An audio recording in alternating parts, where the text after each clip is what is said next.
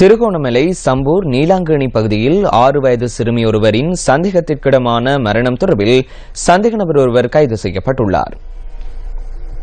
நீலாங்கேணி பகுதியைச் சேர்ந்த ஜெகதீஸ்வரன் அஜந்தா என்ற 6 வயது சிறுமி நேற்று காலை முதல் காணாமல் போயிருந்தார். இதனையடுத்து காட்டுப்பகுதியில் சிறுமி ஒருவரின் சடலம் காணப்படுவதாக கிடைத்த தகவலின் பிரகாரம் போலீசார் சிறுமியின் சடலத்தை நேற்று முற்பகல் மீட்டனர்.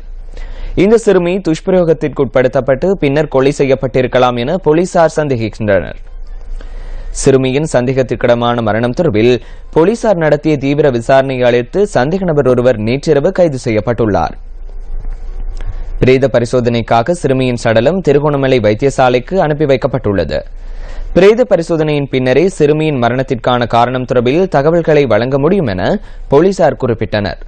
சந்தேக நபரிடம் மேலதிக விசாரணைகள் மேற்கொள்ளப்பட்டுள்ளதுடன் நீதிமன்றத்தில் ஆஜர்படுத்துவதற்கும் சம்பூர் போலீசார் நடவடிக்கை எடுத்து வருகின்றனர்.